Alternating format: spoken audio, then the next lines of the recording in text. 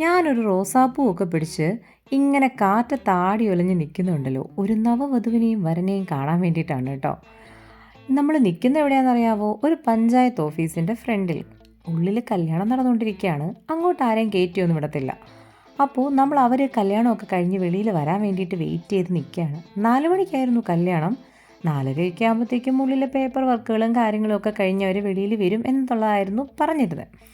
അപ്പം നമ്മൾ അതിന് വേണ്ടിയിട്ട് വെയിറ്റ് ചെയ്ത് 4:45 ഇതുവരെ അവരെത്തിയിട്ടില്ല. ഇനി മേളിൽ കൂടെ ഈ മാർപ്പാപ്പയൊക്കെ വന്ന് വിഷ് ചെയ്യുന്ന പോലെ അവർ വിഷ് ചെയ്യും എന്നൊക്കെ വിചാരിച്ച് നമ്മൾ അങ്ങോട്ടും ഇങ്ങോട്ടൊക്കെ നോക്കി ഇങ്ങനെ നിൽക്കുകയാണ് കേട്ടോ.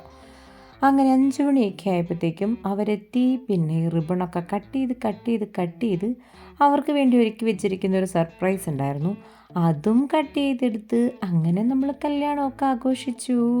പിന്നെ അവർ വന്ന വണ്ടി കാണണ്ടേ? ഒന്ന് കാണണം കേട്ടോ. ചെറുക്കനും പെണ്ണിനും കൂടെ കൂടി ഒരൊറ്റ വണ്ടിയുള്ളൂ. കണ്ടോ? ഇതാണ് ഡെക്കറേറ്റ് ചെയ്ത് വെച്ചിരിക്കുന്ന വണ്ടി. കൊള്ളാം അല്ലേ?